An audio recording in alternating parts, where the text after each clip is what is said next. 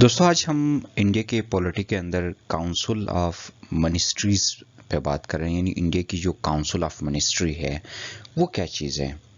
Council of ministry India के अंदर बहुत ही इम्पोर्टेंट बॉडी होती है। ये यूँ समझो कि सबसे बड़ी क्राइसिस मैनेजर है और सबसे बड़ी एडवाइजरी बॉडी है इंडिया के अंदर। तो आज हमारा जो मौजूद बहस है वो इंडिया की काउंसिल ऑफ मिनिस्ट्री है। दोस्तों इंडिया की जो काउंसिल ऑफ मिनिस्ट्री है वो 3 कैटेगरीज से बनी है। उनमें कैबिनेट मिनिस्टर्स हैं, मिनिस्टर्स ऑफ स्टेट है और डिप्टी मिनिस्टर्स हैं। अब ये जो डिवीजन है, कैबिनेट मिनिस्टर्स हो या मिनिस्टर ऑफ स्टेट हो या डिप्टी मिनिस्टर हो, ये डिवीजन उनके फंक्शंस पे, उनके बेनिफिट्स पे, उनके रोल पे या इनकी इम्पोर्टेंस पे अगर हम सादा अल्फाज में कहें तो इन्हीं के बेस पे कर दी गई है। 1952 तक या फिर 1952 में जो है ना, जो मिनिस्टर ऑफ स्टेट होते थे उन्हीं को कैबिनेट मिनिस्टर्स कहा जाता था। लेकिन 1957 में अगेन इनको मिनिस्टर ऑफ स्टेट ही कहा गया। तो सबसे पहले देखते हैं ये कैबिनेट मिनिस्टर्स होते क्या हैं। कैबिनेट मिनिस्टर्स के पास की रिस्पॉन्सिबिलिटीज होते हैं, जैसे मिनिस्ट्री ऑफ होम है, डिफेंस है, फाइनेंस है, एक्सटर्नल अफेयर्स हैं। ये सारे जो इम्पोर्टेंट की मिनिस्ट्रीज होते हैं ये कैबिनेट मिनिस्टर्स के पास होते हैं। और इनका जो रोल होता है वो पॉलिसीज़ को डिज़ाइन करना होता है और डिसीजन मेकिंग होता है।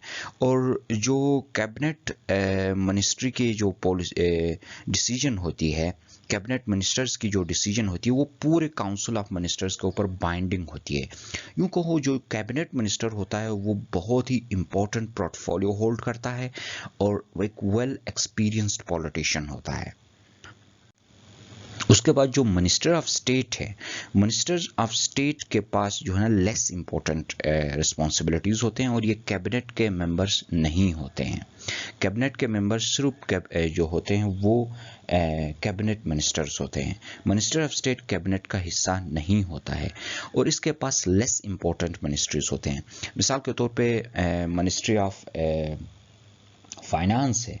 मिनिस्ट्री ऑफ फाइनेंस जो होगी वो कैबिनेट मिनिस्टर के पास होगी, लेकिन मिनिस्ट्री ऑफ फाइनेंस के कुछ सबऑर्डिनेट मिनिस्ट्रीज होते हैं। For example ministry of commerce है, मिनिस्ट्री ऑफ ट्रेड है, वो मिनिस्ट्री ऑफ फाइनेंस के अंडर में काम करने वाले मिनिस्ट्रीज हैं।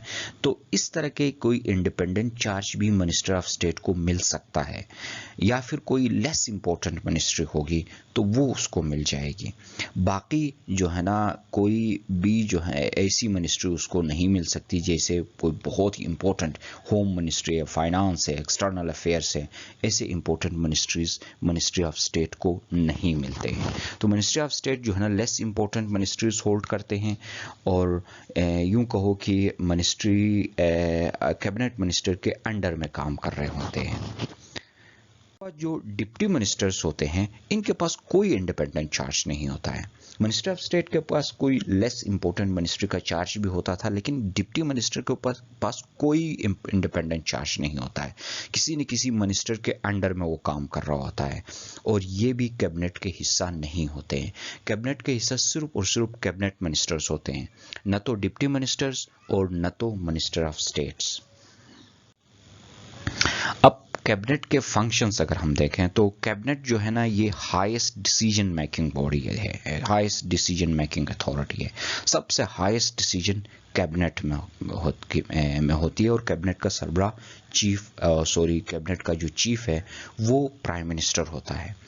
और ये चीफ पॉलिसी मेकिंग बॉडी है। सबसे हाईएस्ट बॉडी जो पॉलिसी बनाने वाली है वो कैबिनेट होती है। उसके अलावा ये सेंट्रल एडमिनिस्ट्रेशन की चीफ कोऑर्डिनेटर होती है। सेंट्रल एडमिनिस्ट्रेशन को चलाना इनका काम होता है। और फिर ये कैबिनेट जो है ना प्रेसिडेंट को के लिए एडवाइजरी बॉडी होती है, एक प्रेसिडेंट को एडवाइस दे सकती है। हाँ, ताहम जो इंडिया के कॉन्स्टिट्यूशन के अंदर 44th अमेंडमेंट हुआ है, 44th अमेंडमेंट है ना, ये 1978 को हुआ था और इसके थ्रू प्रेसिडेंट के पास ये इख्तियार है कि एक मर्तबा उनकी भेजी हुई एडवाइस को रिकंसिडर करने के लिए ये कह के भेज सकते हैं कि यार आप इस को दोबारा एक बार फिर कंसिडर करो, ये कह के जो है ना वापस भेज सकते हैं। बाकी जो है ना ये हाईएस्ट बॉडी जो प्रेसिडेंट को एडवाइस कर सकती है वो इंडिया की कैबिनेट मिनिस्टर ही है। उसके अलावा जो है ना ये क्राइसिस मैनेजर होती है, इम्पोर्टेंट जो हादसात होते हैं, मुश्किल हालात, उनमें उनको मैनेज करना ये कैबिनेट की रिस्पॉन्सिबिलिटी होती है। अब ज़रा बेसिक सा डिफरेंस देखते हैं कि काउंसिल ऑफ मिनिस्टर्स और कैबिनेट में फ़र्क क्या होता है। तो सबसे पहले इनके तादाद में फ़र्क होता है। काउंसिल ऑफ मिनिस्टर्स में अमूमन 60 to 70 मेंबर्स होते हैं, जबकि कैबिनेट में 15 to 20 होते हैं। यानी काउंसिल ऑफ मिनिस्टर्स का जो वॉल्यूम है वो बड़ा होता है, कैबिनेट मिनिस्टर्स का वॉल्यूम छोटा होता है, कैबिनेट का वॉल्यूम छोटा होता है। और कैबिनेट मिनिस्टर्स के काउंसिल ऑफ मिनिस्टर्स के अंदर important ministries, council of ministers के अंदर, हाँ, काउंसिल ऑफ मिनिस्टर्स तीन तरीकों से होती है। इसके अंदर कैबिनेट काउंसिल ऑफ मिनिस्टर्स के अंदर कैबिनेट मिनिस्टर्स होते हैं, मिनिस्टर्स ऑफ स्टेट्स होते हैं और डिप्टी मिनिस्टर्स, ये तीनों होते हैं। Cabinet ministers, ministers of state और डिप्टी मिनिस्टर्स तीनों को मिला के काउंसिल ऑफ मिनिस्टर्स बन जाता है। जबकि जो कैबिनेट है जस्ट एक पार्ट है काउंसिल ऑफ मिनिस्टर्स का, यानी काउंसिल ऑफ मिनिस्टर्स का एक छोटा सा पार्ट कैबिनेट मिनिस्टर्स है जो बहुत ही इंपॉर्टेंट होता है, असल रोल इन्हीं का होता है। बाकी जो काउंसिल ऑफ मिनिस्टर्स है उसके अंदर कैबिनेट मिनिस्टर्स भी शामिल है, मिनिस्टर्स ऑफ स्टेट्स भी शामिल है और डिप्टी मिनिस्टर्स भी शामिल है। और काउंसिल ऑफ मिनिस्टर्स की मीटिंग्स लेस फ्रिक्वेंट होते हैं, यानी बहुत कम कभी कभार होते हैं, जबकि जो कैबिनेट मिनिस्टर्स हैं इनके मीटिंग्स मोर फ्रिक्वेंट होते हैं। और काउंसिल ऑफ मिनिस्टर कोई डिसीजन नहीं ले सकती है, जबकि कैबिनेट मिनिस्टर्स की डिसीजन या कैबिनेट की डिसीजन फाइनल होती है। काउंसिल ऑफ मिनिस्टर्स के पास थ्योरेटिकल पावर्स हैं, जबकि कैबिनेट मिनिस्टर्स के पास एक्चुअल पावर्स हैं। और जो काउंसिल ऑफ मिनिस्टर्स है ये एक कॉन्स्टिट्यूशनल बॉडी है, यानी इंडिया के कॉन्स्टिट्यूशन की प्रोटेक्शन मौजूद है, कॉन्स्टिट्यूशन के थ्रू है। जबकि जो कैबिनेट मिनिस्टर्स है वो ओरिजिनली कॉन्स्टिट्यूशन की नहीं है। ओरिजिनली जो 1950 में कॉन्स्टिट्यूशन बना था उसमें कैबिनेट मिनिस्टर्स क्रिएट नहीं किए गए थे, इसको कॉन्स्टिट्यूशनल हैसियत नहीं दी गई थी। लेकिन 44th अमेंडमेंट जो कि 1978 में हुई थी, इसके थ्रू आर्टिकल नंबर 352 के तहत कैबिनेट मिनिस्टर्स को भी कॉन्स्टिट्यूशनल प्रोटेक्शन दिया गया है। तो अब ये हम कह सकते हैं कि काउंसिल ऑफ मिनिस्टर्स भी कॉन्स्टिट्यूशनल बॉडी है और कैबिनेट मिनिस्टर्स भी या कैबिनेट भी कॉन्स्टिट्यूशनल बॉडी है। तो इन दोनों में फ़र्क बहुत ज़्यादा है। काउंसिल ऑफ मिनिस्टर्स के वॉल्यूम ज़्यादा होता है, हुजूम ज़्यादा होता है, लेकिन पावर्स कम होते हैं। लेकिन कैबिनेट मिनिस्टर्स का वॉल्यूम छोटा होता है, पावर्स ज़्यादा होते हैं।